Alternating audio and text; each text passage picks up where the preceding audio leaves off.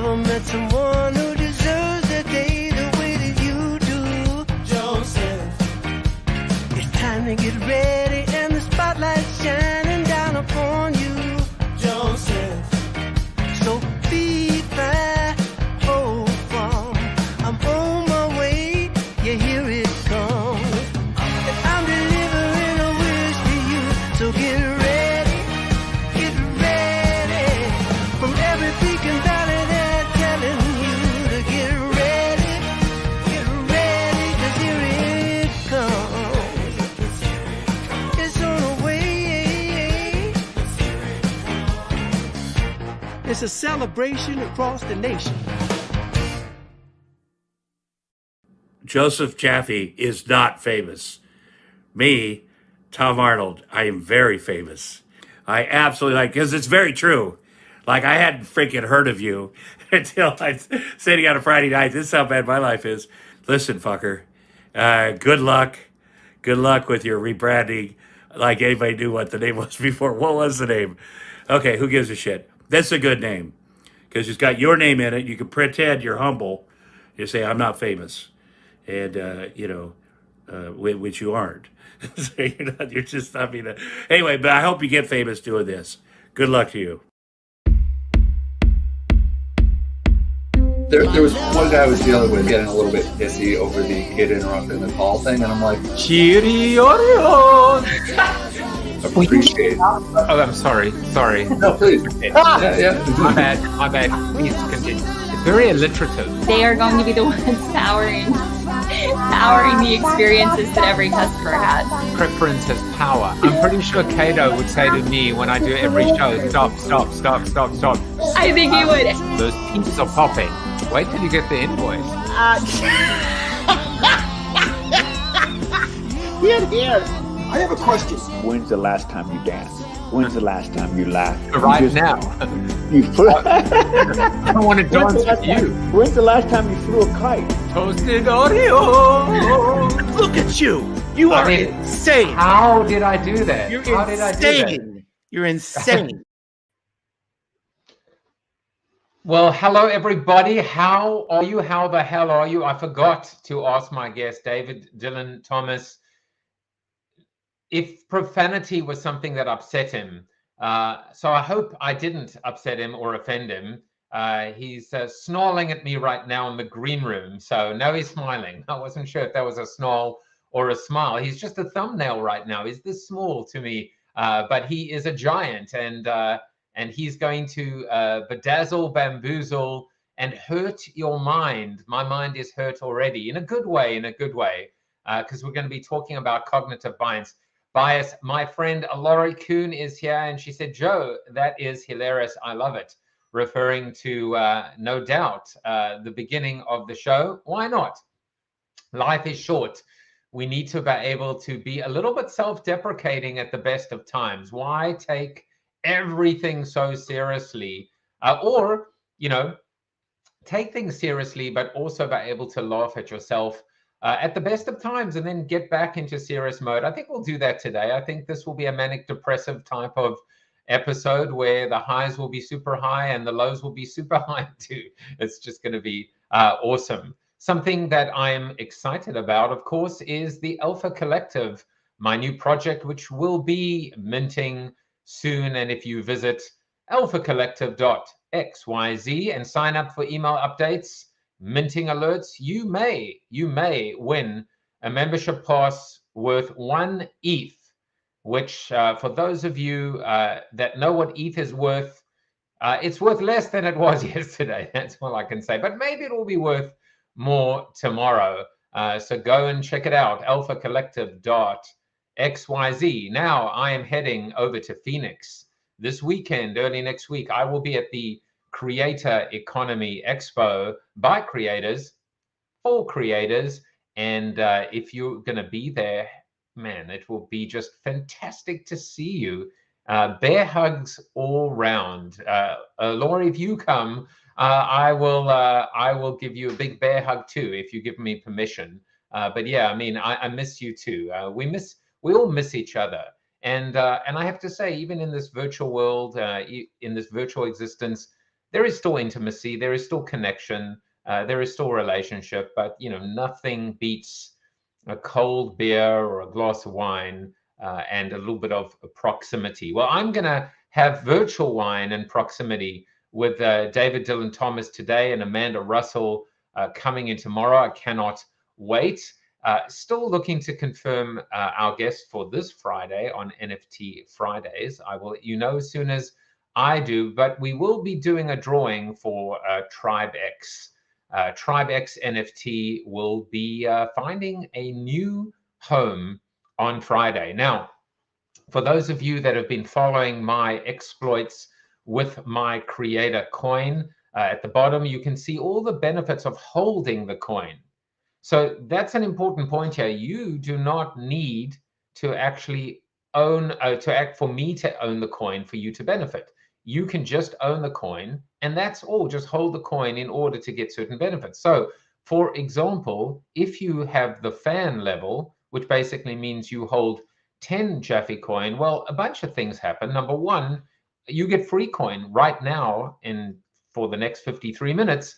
That QR code is live, which means anyone who holds 10 coin has the 10 coin role in Discord. You now are getting free Jaffe coin. Look, it's not enough to retire on, I'm not gonna lie, but it's something small from me to you. And all you gotta do is go to my not famous Discord, type /join in bot commands, and you will get your role. But more importantly, just by holding 10, you're gonna have the ability to get some coin right now. Now, if you choose to hold 25 coin, you now are what's known as a show insider.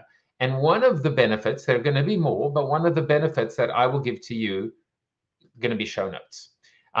It's important, it's something that I was hoarding, to be honest with you, for the longest time. I've done 370 shows, and I take notes in every single show. So for example, this is Dimitri from Friday, all my notes with timestamps as well. Like, I love the point, I think I said it the other day too, at 35 minutes. We keep on saying, well, what's the utility of holding the NFT? Well, what if the community actually is the utility? And of course, not any community, but an engaged community that really is active and cares about each other.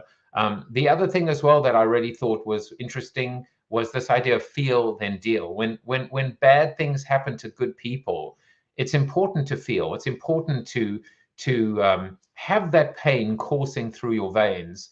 Feel and then deal and move on. Don't try and suppress those emotions. Let them smother you. Let them almost overtake you. Be immersed in the trauma, but then stand up, be resilient, and move forward. And of course, when you have community with you, it makes it so much easier. So today's show notes, for example, will be posted tomorrow, and I have a feeling there are going to be many, many show notes because we're going to discuss so many interesting things, including, but not limited to, the subject of bias. And I got to tell you, I am not going to profess to know what the hell I'm talking about when it comes to cognitive bias. I'm actually quite nervous, to be honest with you, to talk with David, because I think maybe I don't need to talk. I can ask some dumb questions, some curious questions, but I want to learn today. So why am I talking about this idea of unbiased bias? What does that mean? It's like perfectly imperfect. Is it an oxymoron, or maybe it's a transferred epithet and I'm the moron, I suppose. But I was thinking about the fact that what is bias really, and do we really even understand it? I don't think I do, but I can tell you one of the interesting things was I went to try and do a little bit of research, and I was like, whoa, there is like a laundry list. There's like a menu. You need like a sommelier for biases to help you. You can pick your favorite bias. Is it the availability heuristic or anchoring bias, action bias, the Barnum effect? And is that something to do with clouds? I have no idea. Bike shedding? I know what load shedding is, but what is bike shedding? And why is a bicycle trivial? The buy now effect. I mean, there is way too many biases. Look, it's I can keep going as well. I mean, I'm feeling, I don't even know if it's imposter syndrome right now. I'm just feeling very insecure. How many people judge me? How many people judge me using these biases? How can I be able to control my own biases? How can I craft or skill or learn or unlearn or be aware of these biases? And that's why I decided to call today's monologue Unbiased Bias, because remember that old saying that says, I don't discriminate, I hate everyone equally.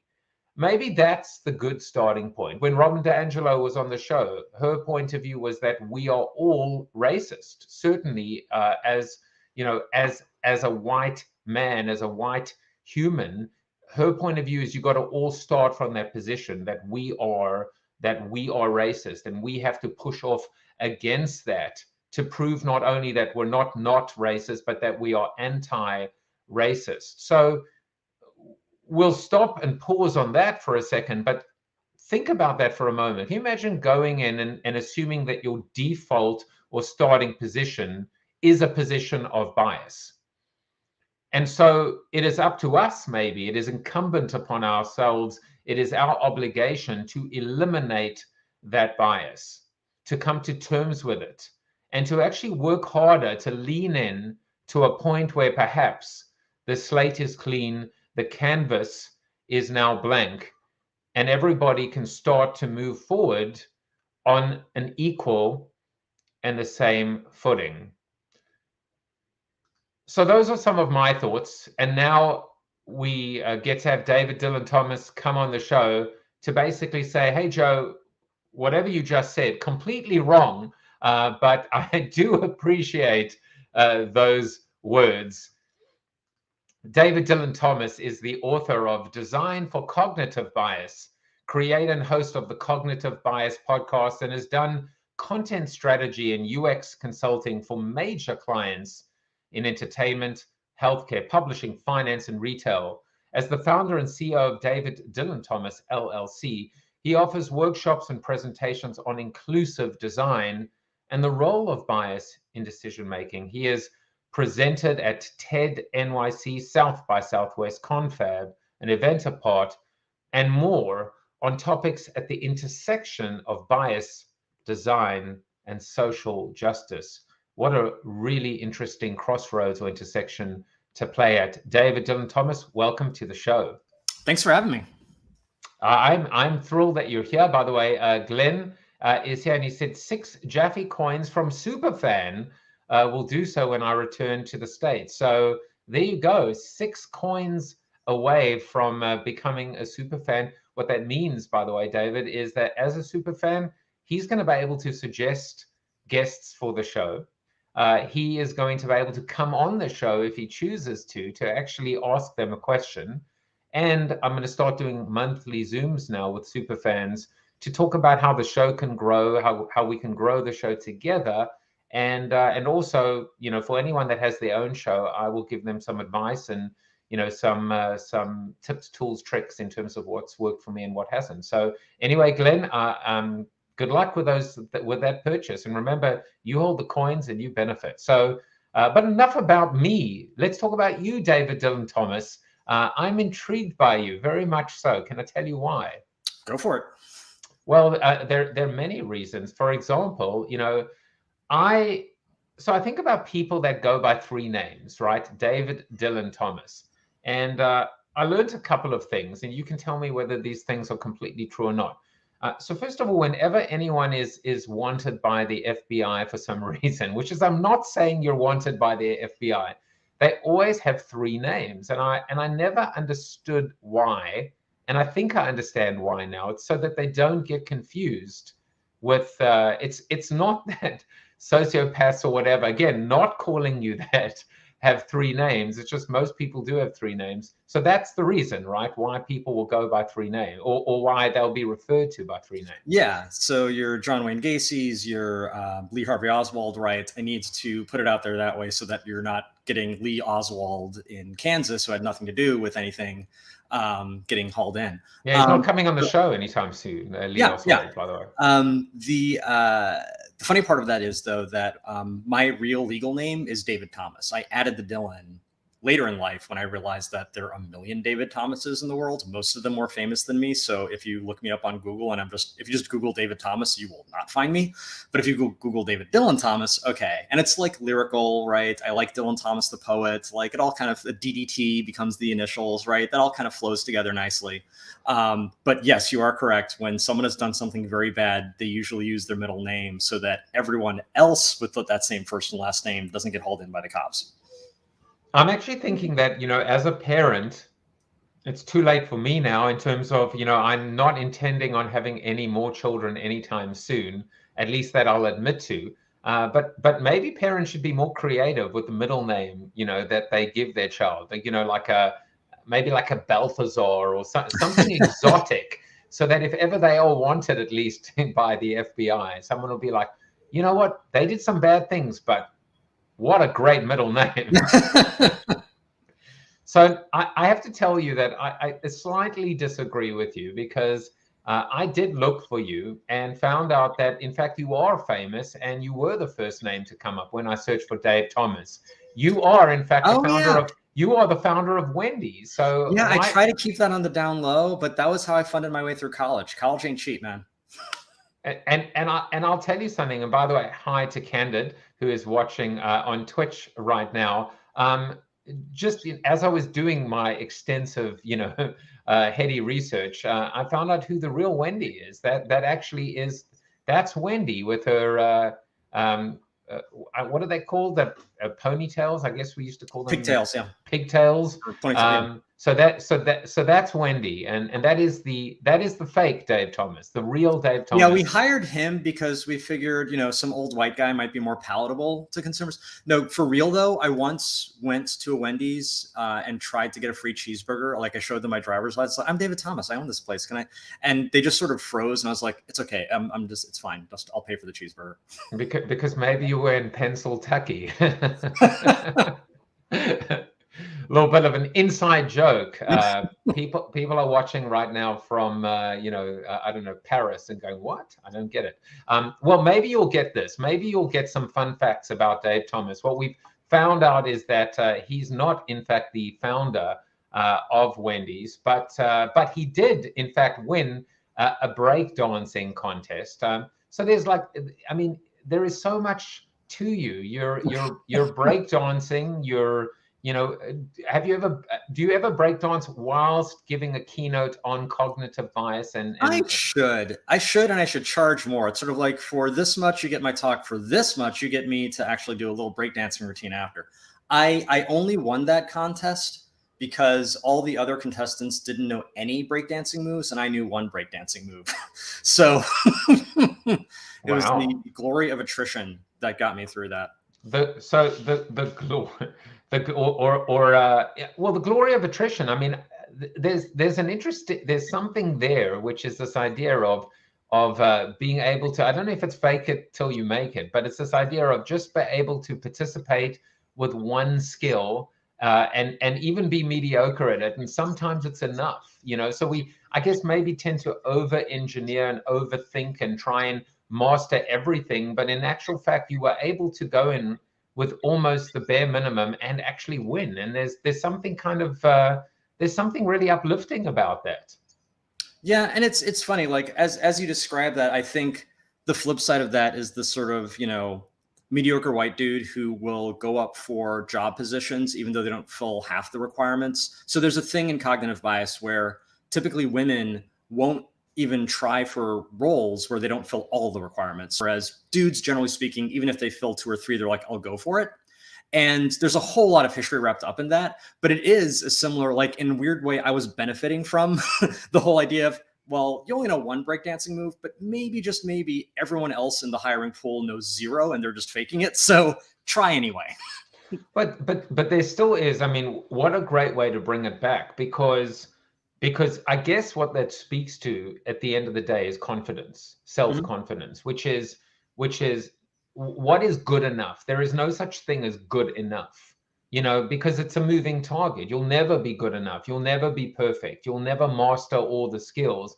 But sometimes you've just got to be able to pull the trigger and apply for the job, or enter the breakdancing contest, and realize that you know what, on the day you actually might be not just good enough, but the best.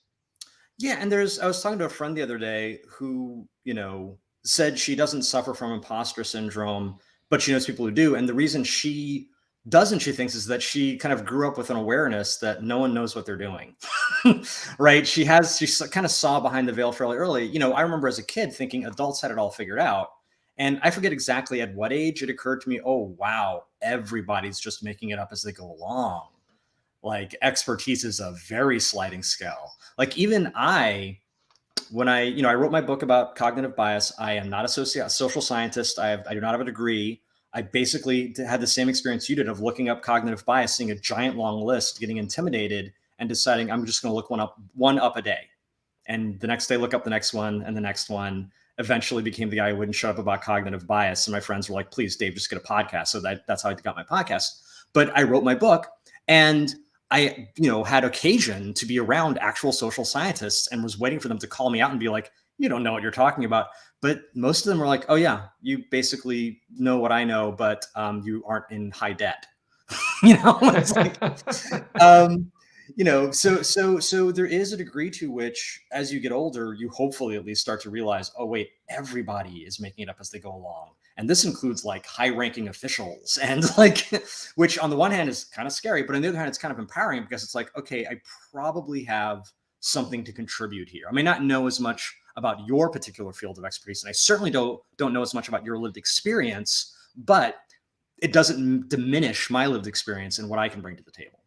I'm loving you. You're making me verklempt.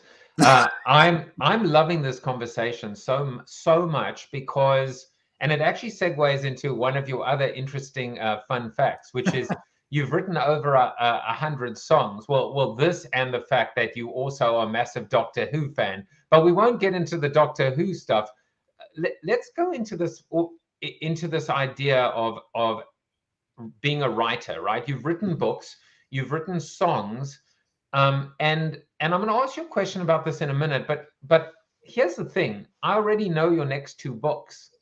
So even though we're going to talk about one today in particular, I think you could actually already write a book called Proof of Attrition. Did you call it Proof of Attrition? I think I'll like The Glory of Attrition, but yeah. The glory of, there you go, the glory of, well, actually, but it's related, or maybe that's the subhead. But this idea, I feel like your next book could be making it up as we go, making it up as I go along, because there's something actually really awesome about this idea that says no one's figured it out. That insight is a huge one, because as a parent as well, I envisioned my mother, for example. My dad died when I was very young. So I envisioned that my mother knew everything, that she was the all-knowing, all-powerful, that she was the expert, until I realized that how inadequate I am and was and as a parent, and how I'm making it up as I go along.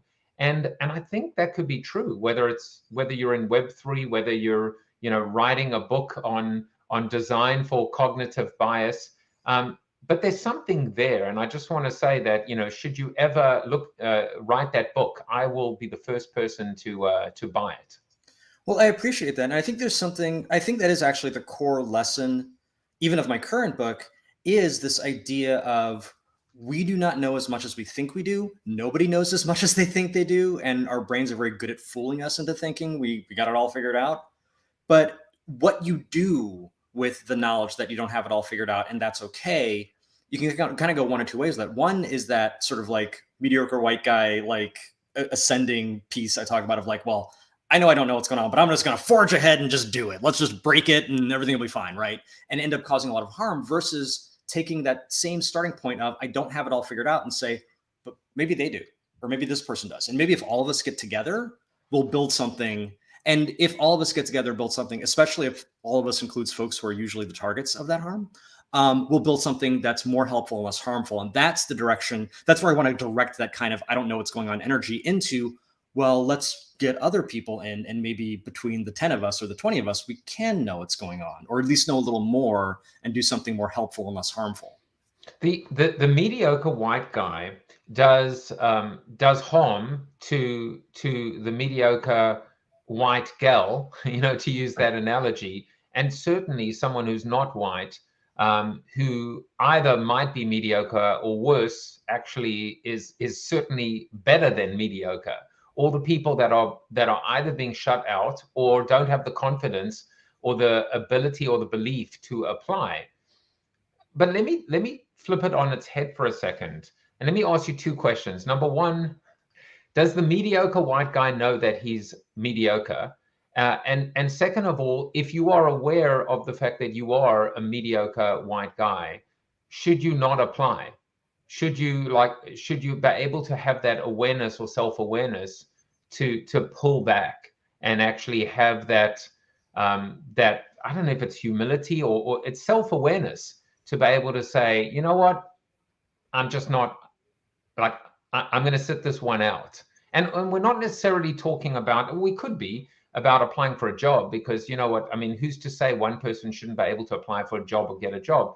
But with what I just kind of laid out, it might be a bit of a mess, a smorgasbord. How would you respond to that?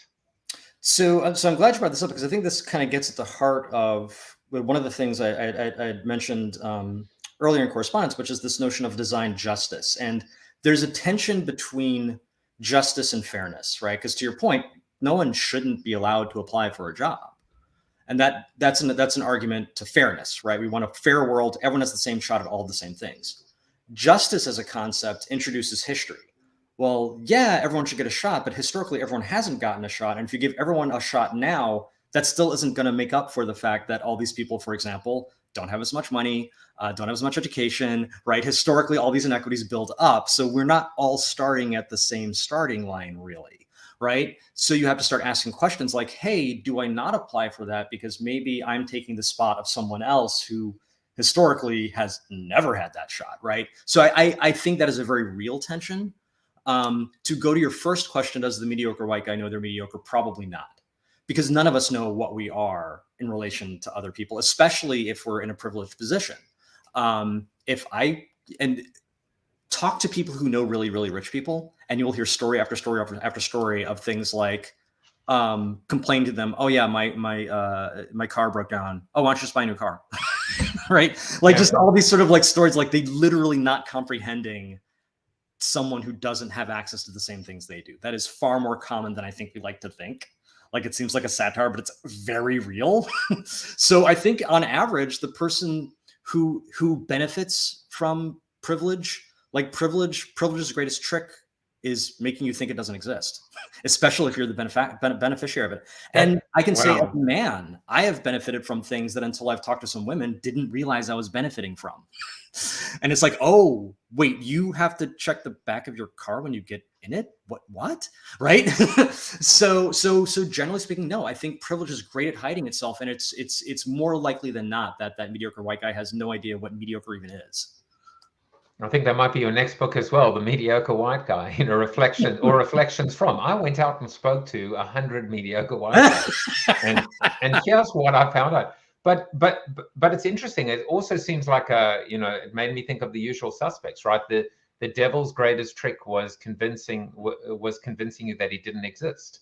And so it's intriguing. And I think one of the most important things is to be able to ask the question and have the conversation, because that begins the process of becoming more aware, right? Mm-hmm. Of being able to zoom out and expand your view, right? As opposed to what you were also talking about, which is this idea of being detached. I teach, I'm teaching strategic communications at NYU at the moment. And one of the things I just went over with my students this week was talking about success theater, and what it is to be surrounded with enablers. You know, that comes with fame and fortune. But also we're talking about Elon Musk and being able to, and there's so many debates, right? Which is like, you know, I saw one pushback that actually said, this is someone who came from nothing, which we can argue or debate, who's now solving the world's has you know, has put the country back into space again, who is solving traffic problems, who is, you know, energy, you know, big heady challenges. And now, and this is in context of Twitter, right? Now he's taken $43 billion of his own money and he's bought Twitter, and people are criticizing him. I mean, it comes back to the third point that we were going to discuss today, which is everyone has an opinion, right? Elon good, Elon bad. But I think maybe what some of the people are getting to, whether they know it or not, is the fact that he just does not seem like us. He seems like he's detached, and that makes us scared. You know, that makes us a little nervous, which is, well, what else might he do? You know, the previous president of this country as well, with the football, right? It's like, well, what if he wakes up and somebody upset him on Twitter? What, you know, what might he do? So I don't know what, you know, I think there is this idea of being detached. So how do we reattach ourselves, you know, in order to expand and get rid of our bias? So as far as the detached things go, I don't think Elon Musk is detached at all. I think he has a very clear worldview. He knows what he wants. He knows what he believes in. He knows how he sees the world. And worldview becomes more important the more power you have, because acting on your worldview when you have $43 billion to spend on a social media network is very different than having a worldview when you're just trying to buy insulin. And if your worldview, the degree to which you disagree with Elon Musk's worldview suddenly has stakes when Elon Musk has $43 billion versus not, right? So I think that it isn't so much that Elon Musk is detached so much as it is that his vision of how the world works is very different from a lot of people's visions of how the world works. And what's a good idea versus a bad idea, what will cause hurt and what will cause harm, is very different from a lot of people's worldviews on that, which I'll say, including mine, to be perfectly honest. But so it isn't so much to me about detached versus not, so much as it is like about an awareness of power versus not, and how are you going to engage with that? I think the social media bit of it is more about feeling obligated to have an opinion when a figure does something, right? Whether it's as something as consequential as the war in Ukraine, or something as frankly inconsequential as one very rich black man slapping another very rich black man at a, you know, event that's broadcast with the second lowest ratings it's ever had, right? Even with the slap. I thought at least even with the slap, it was the second lowest rating. Yes. Oh, yes. Wow. Yes. Oh my God. Yes. And the lowest was the year before. And it's like, and it's not that you're not entitled to an opinion about those things, you are, but I think what happens with social media, because there's a hole to fill, we feel the need to fill it, right? Because there's the opportunity to say something, we go from feeling like, finally I can say something, to, oh God, what time is it? Time to make the opinions. Okay. Like we feel obligated to judge. We feel obligated to have opinion about every single thing. And if you don't, well, what are you then? Right? It gets wound up with our identity, and where I land on the slap and where I land on Elon Musk suddenly becomes a part of my identity, part of my brand, right? Part of what team colors I wear. And that gets serious. People get very emotional about that. They did an experiment where they hooked people up to an fMRI, which basically measures blood flow in the brain, and roughly speaking, lets you know what part of your brain is like activated. And they basically insulted their political heroes. It's sort of like, oh yeah, Hillary's an idiot, or Trump's an idiot, or whatever. And then they look to see what part of your brain lights up. It's the part that has to do with identity, right? You attack Trump, you're not attacking Trump, you're attacking the person who likes Trump. You attack Hillary or Biden, you're not attacking Biden, you're attacking the person who likes Biden. You might as well just pulled a knife on me. That's how seriously we take that stuff. So trying to weed this back to the whole detachment thing, we first, I think, have to understand that the thing is not the thing. And the thing that we are getting riled up about is rarely ever the actual incident. It's not the slap. It's not Elon Musk buying Twitter. It's something deeper that we're usually reacting to. And until we recognize that, we're kind of acting at a disadvantage. The thing is not the thing. That sounds like a Dr. Seuss book, which probably could, which may have been the ones withdrawn. We're not really sure. But that's yet another one where it's like, well, if you don't have an opinion on Dr. Seuss, there must be something wrong with you. well, you know, it's so interesting because when you look at someone's Facebook feed, which is probably why, you know, no one will go there and no one goes there anymore.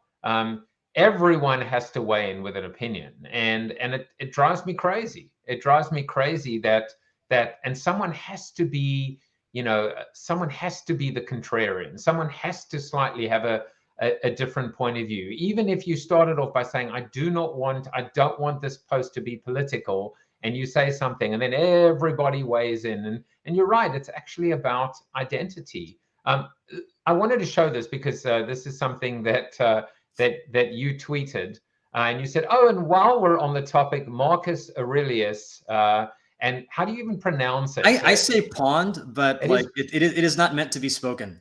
Yeah, exactly. It's so I irritate my 14-year-old son all the time by going FML, and he's like, Dad, you don't do that. I'm like, you know, WTF.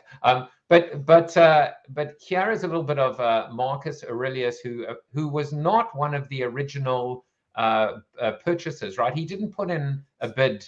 There was no poison pill. There may have been something poisonous issued to Marcus Aurelius, but not this one.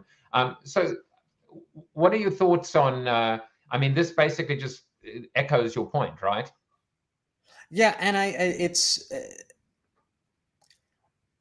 it's not that, I want to be clear, it's not that people should just shut up and stop having opinions. No, it's not that at all. It's more, the phenomenon I'm looking at is more along the lines of, even when you don't feel strongly about something, feeling this need to come in with or I'll take it even further back than that. Feeling that the appropriate response to anything is a verdict, right?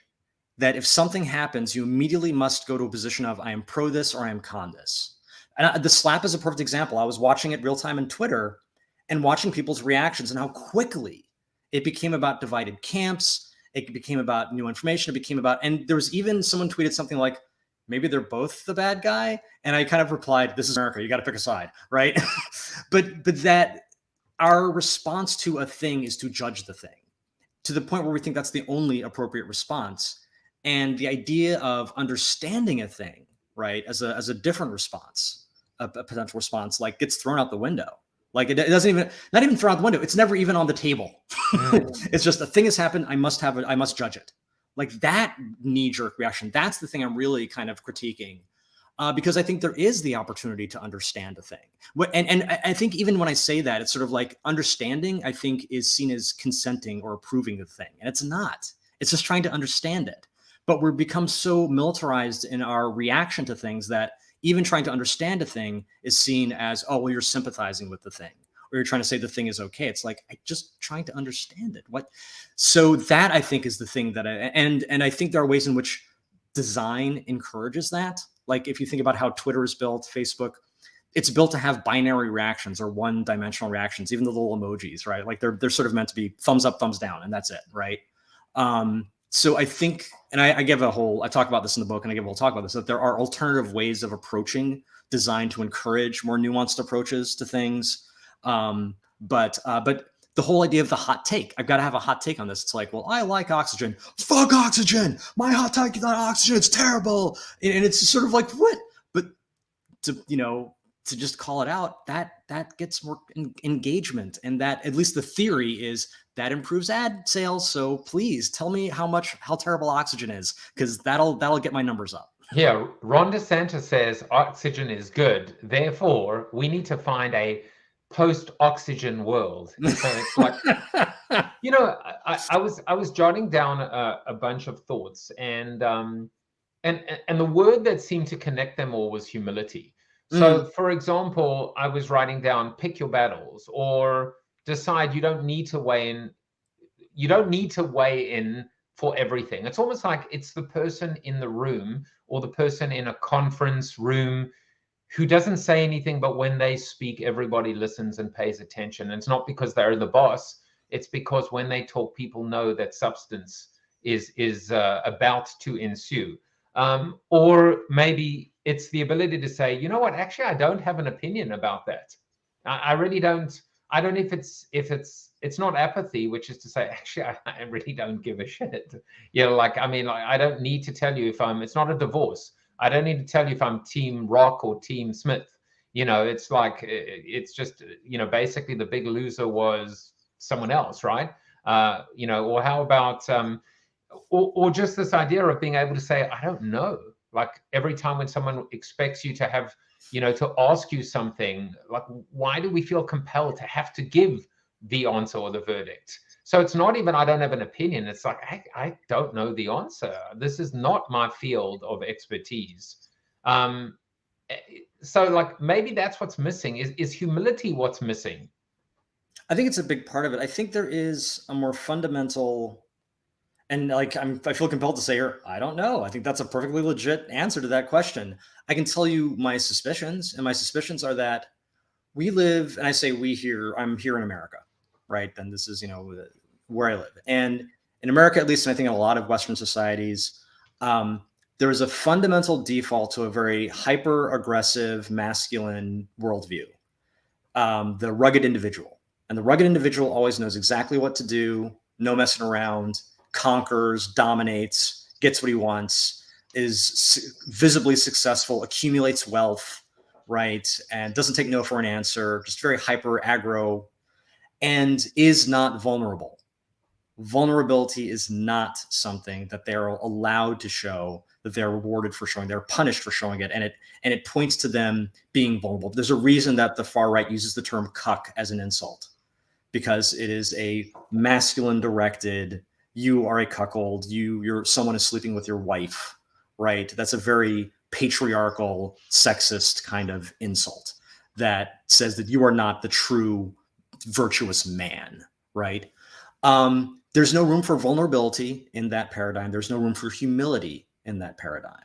So I think because that is a pervasive default in the culture, not just for men, but just in the culture, that is the ideal to which you are meant to ascend, even unconsciously, right? It takes a few steps to get to being okay with humility. It takes a few steps to get to being okay with vulnerability. It's not the default. So when something happens, the knee jerk is, what is my immediate, knowledgeable, determined, right, unquestioning, prideful stance? I can say without question, this is what I believe, right? And if you can't do that, if you want to pause, if you want to think, have humility, understand, you are weak, you are malleable, you are a cuck. I think that consciousness gets in the way of things like humility. The book is called Design for Cognitive Bias. And what I've actually done is to bias now in favor of you buying the book. I've decided I've got wallpaper. I've got, I've got all, I can even make you the sponsor of the show. So let's give you the sponsorship. There you go. In the top right-hand corner as well. If you're not getting Jaffe coin, then you're buying the book. So we'll go with that, shall we? But let's expand into this idea of and it's funny. It's like so hard not to start thinking in terms of the binary red versus blue, left versus right. Excuse me. But it's. I think of the concept of now what you're preaching, this idea of identity, that people take this as an extension of their fiber of their very being. But it comes down to this: we look at the other side and we think, and we can't help it. Maybe we don't admit it, but there is either a superiority complex, or there's the what were they thinking. Or, as Bob Garfield, I once heard the ad critics say, and I mention this a lot, he says that 50% of Americans are dumber than the other half. It's actually statistically proven. and then, of course, some people are like, wait, what? And then he goes, and you, sir, I can tell exactly which half you're in. So it's the people that react the way that you do that were like, you're in the right camp, I think. I'm not sure. But how do we get to the point where where whether we say it or whether we think it or whether we even subliminally, subconsciously are aware of it, how do we heal? How do we bridge how do we get away from the they must be stupid mindset, and eliminate what is either ingrained, historical, preconceived bias that as I said, is just a part of all of us. With great difficulty. The thing, there's a thing called fundamental attribution error, and it's demonstrated when, like, let's say you're driving and you see somebody run a red light, and you think to yourself, "Oh, that person's a terrible, irresponsible driver. How dare they?" But if you run a red light, "Oh, I was late for work," right? We attribute their behavior to something internal. There's something wrong with them, their identity. We attribute our behavior to the circumstances. There's something going on I have to deal with. And it never occurs to us that maybe they were late for work, right? We're bad, especially in the West, we're bad at thinking about context when it comes to other people. And I think that is something that plays out in politics, right? So there's an old George Carlin joke that says, anybody who drives slower than you is an idiot. Anybody who drives faster than you must be out of their minds. And we take that into politics. Anybody who's more conservative than us is a bigot. Anybody who is more liberal than us is some hippy dippy crazy person. But you're God's perfect creature. You've got it all figured out. I know, right? I know, right? If only everybody would just finally somebody realizes that. Yeah. So you imagine two people who feel that way trying to have a conversation, and what's going to happen, right? It's just going to be, I think that recently I saw some version or another of, like, why are people so stupid? Why are they believing this lie? And I kept, and not long after that, I saw something about, I forget what the circumstance was, but basically sort of like the idea of being the decisions people make when they're in great distress and are unhappy. And I'm like, oh, right. That person you think is being dumb, whatever their level of intelligence is, I can almost guarantee you that they are in great distress and they are unhappy. Because in 2022, we are all in great distress and we are all unhappy. Yeah, yeah. And if you think about what you're willing to do when you are in great distress and unhappy, versus, I think people arrive at their opinions, especially if they disagree with them. They were like, I don't know, sitting on a porch deciding, well, what am I going to believe today? I think I'm going to believe that vaccines are from the devil. That's what I'm going to believe today, right? Like, no one comes to their opinions that way, right? People are in great distress and they're unhappy. And if you were in great distress and unhappy, there's no telling what you'd believe. So I think if you begin from a place of even just making that assumption versus the assumption of, well, they're a perfectly rational person. Why are they believing this thing? They have access to all of my lived experience and my knowledge. So clearly, why are they, no, they are dealing with something emotional. That is the number one reason someone's going to believe a particular thing or another. Later on, they'll rationalize it and say, well, the reason the earth is flat is because this, this, and this. Wake up, sheeple. But the reason they're going to believe, weird as it may sound, that the earth is flat is because some emotional reason is there and something that has to do with their identity is wound up in believing that. And to some degree, it gives them hope. That's another thing people underestimate, is the role that hope plays in what we believe. Something about that belief gives them hope that if it weren't true, or if they were to acknowledge some other belief, would be devastating.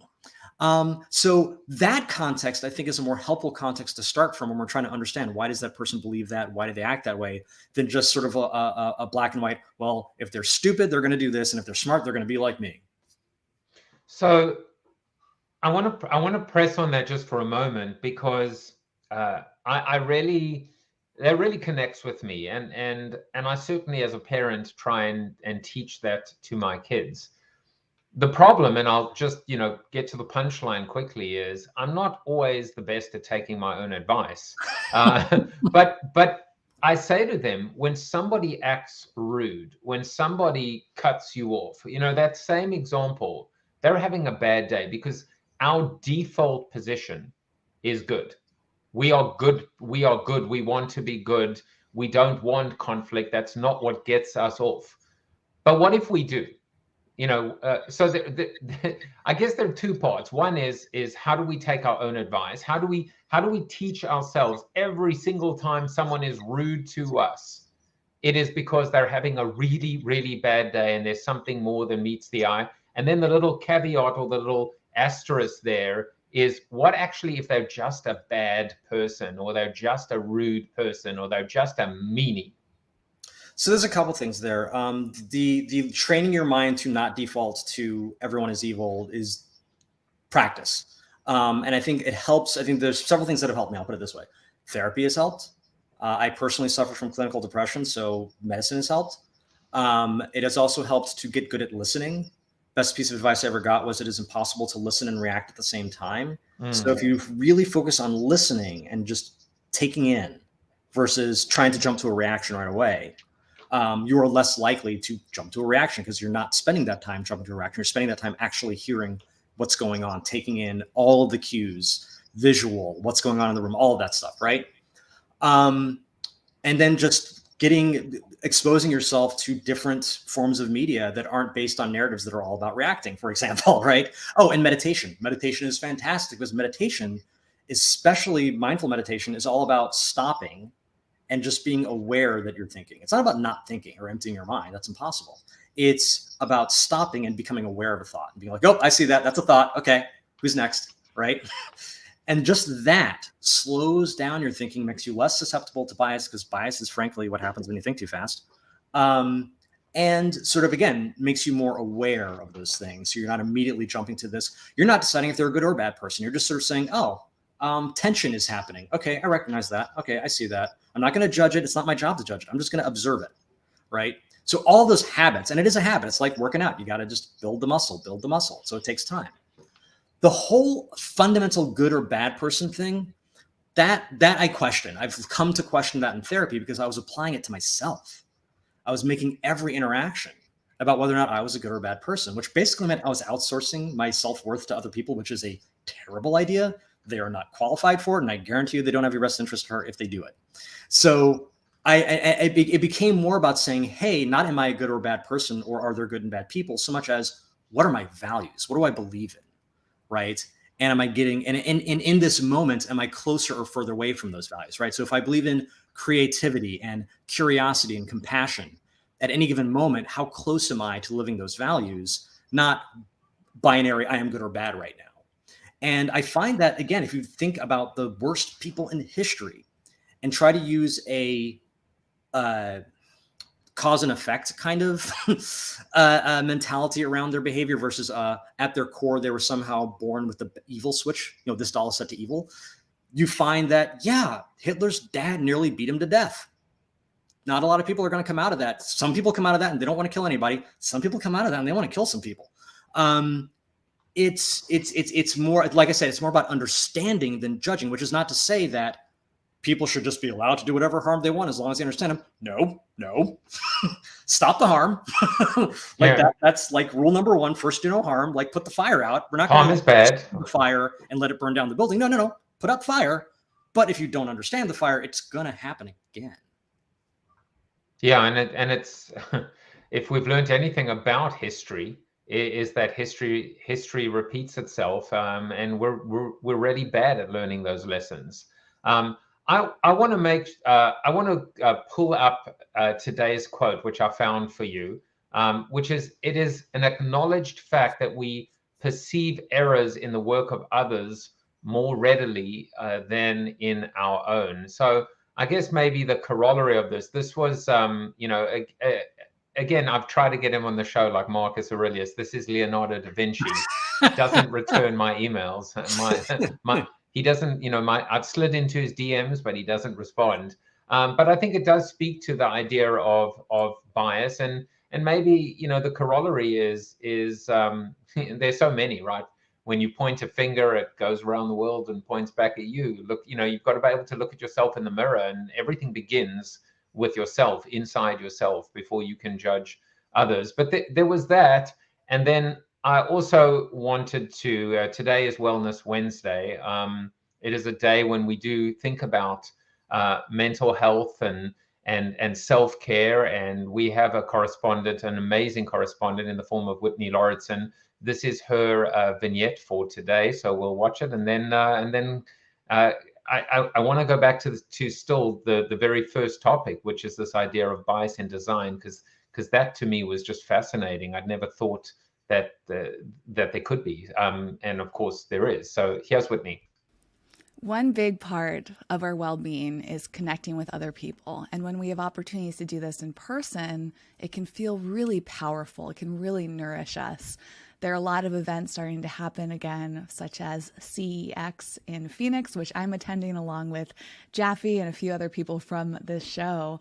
And yesterday I was talking about it with a guest on one of my podcasts, and he had some really great tips for how to manage social anxiety within yourself, or if you observe it in other people. He pointed out that many of us just want to feel accepted and supported in social situations. And I think we also yearn to feel seen, heard, acknowledged in some way or another, especially when it's a business event like something like CEX. So a tip for you: when you go to an event like that, or even when you're socializing online through a networking event or a one-on-one video interaction, see if you can find something about this person that acknowledges that you see them. A simple example would be something that they're wearing. Maybe it's a t-shirt, something that you could bring up in a conversation like, oh, I see that you're wearing XYZ, and start a conversation around that. That immediately cues to that person that you see them. And it may signal to them that you care about them, that you're interested in them, and they're more likely to get into a conversation with you that will feel more meaningful. And depending on the person, that may launch into a deep connection that you can have with someone over something really simple. Because when they feel seen by you, they will likely notice you as well. And that will build upon something that could have just been a surface level small talk interaction. I love this as someone who despises small talk and also has a lot of social anxiety. If I feel seen by someone, I'm much more likely to continue talking to them versus if they just ask me something basic like, how are you doing? Or pointing out the weather, or what did you think about this? That doesn't really give me an option to continue getting to know them. I love that piece of advice. I hope it helps you. And remember, if you center that in not just your personal well-being, but the other person's as well, you have a really great opportunity to nourish a deeper connection with each other that'll actually make you feel really good. How about those Yankees? Oh, wait. You know, it's funny. I do a similar thing. I have this event where when people show up, instead of a name tag that says, hello, my name is, it says, lately I've been thinking about, and then a blank, and they fill in the blank. And then people, especially introverts, really appreciate being able to just walk around and be like, oh, you've been thinking about knitting, or you've been thinking about quantum physics. Tell me more about that, rather than have to do small talk, which I also despise. So I'm going to go to CX, and I'm basically going to say, lately I've been thinking about cognitive bias. See how well that or maybe I'll just say, lately I've been thinking about REM, which apparently stands for Radical Elon Musk. And now I realize, did you realize it was you were wearing it? You just didn't even know. I pick up my t-shirts. Like, there's a thing called decision fatigue, where like the fewer decisions you need to make, the better decisions you will make. But it's sort of like, I try to keep that simple. So whatever t-shirt's on the top of the pile, I'm grabbing that. I'm actually I wouldn't put it beyond Elon to be like, I'm gonna rebrand REM. No, he's gonna buy REM. He's gonna rebrand them. Freedom of songwriting, I guess, or something like that. Well, it's probably why I'm just my look for my show is just to wear. I have a gray, a blue, and a black T-shirt, and sometimes I even dress up for my guests. I put on a jacket, so I did that for you. In the time we have left, I wanted to make sure that we went back to this idea of design justice, and the question you asked, which is how do we account for historical inequities in design? And let me ask the dumb question: are we actually referring to design as in design, or more like just in terms of organization? Is this like literal design, or are we talking about like structure of society? Sure. I mean, all of the above, right? Because we talk about little d design and big D design. Like there's design in terms of, I work in an office as a visual designer. I build a website that's supposed to help people get food stamps, right? And as a designer, I can design that website in a way that makes it harder to get food stamps or easier to get food stamps, right? Like, like that's a sort of very specific narrow use case versus, oh, right, racism is a system and systems are designed. sexism and misogyny are systems, and systems are designed. And there's a reason that it is less likely if I see a female name at the top of a resume to advance that resume than if it's a male name, right?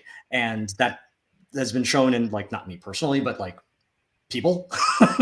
And that's been shown again and again. And there are systems in place that have led to that outcome, right? So, I mean, macro design and micro design. And when I say the term design, really all I'm saying is people who make things, right? Something that has been artificially created, often in a way that's easily replicable and scalable, right?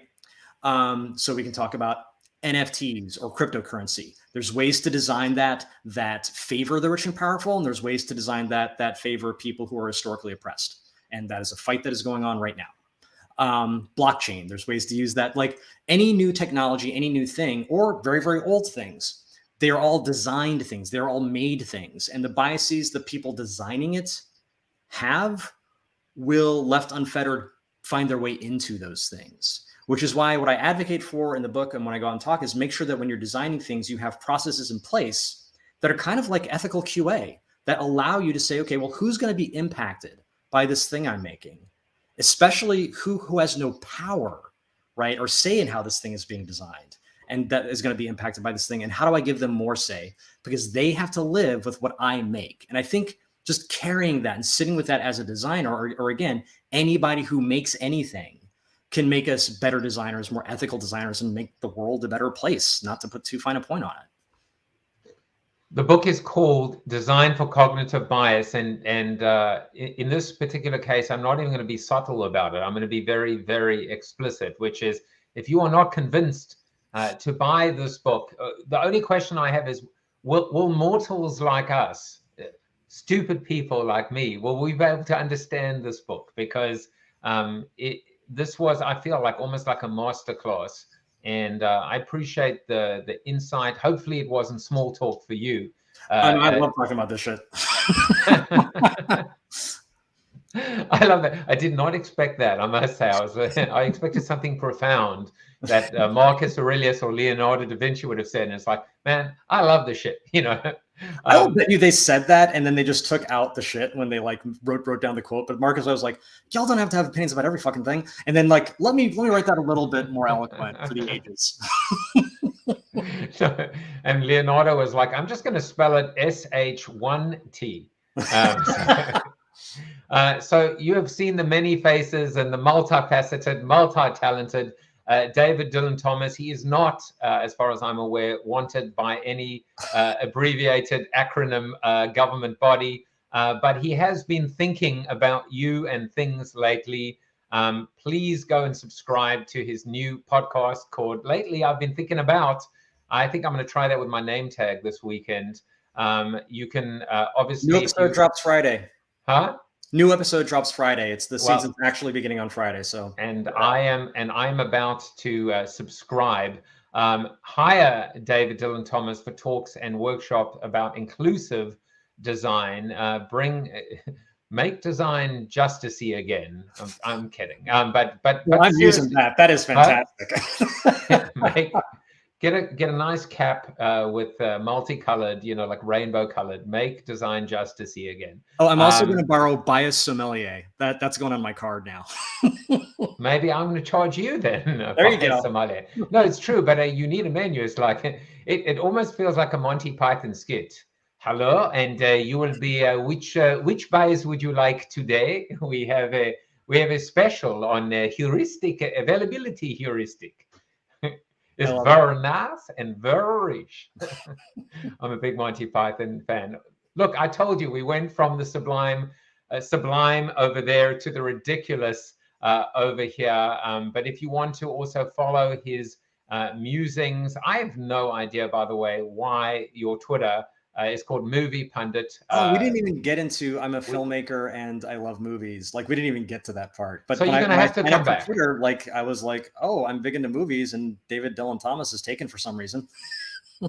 DDT, get yourself a burger, come back and get yourself a pigtail wig or whatever. Come back anytime. And then of course he's also on Instagram as well. There is nothing else. I mean, there is everything else to talk about, but I'm just feeling happy I'm not going to cut anyone off when I drive down the street lately. But what did Chuck Norris have to say about you, David Dylan Thomas? You are Chuck Norris approved. And I will be back tomorrow. Take care, everyone. Bye-bye. Thanks. Thank you for watching the show about hope, positivity, optimism, and if there's time left over, a little bit of marketing with your host, multiple author, and global keynote speaker, Joseph Jaffe. If you like the show, tell a friend or two. Please subscribe to the show, and if you want to get inside news, previews of upcoming guests, and much more, visit josephjaffe.com/subscribe to sign up for the show's newsletter. And despite the best ministrations of your wife, you still look ugly.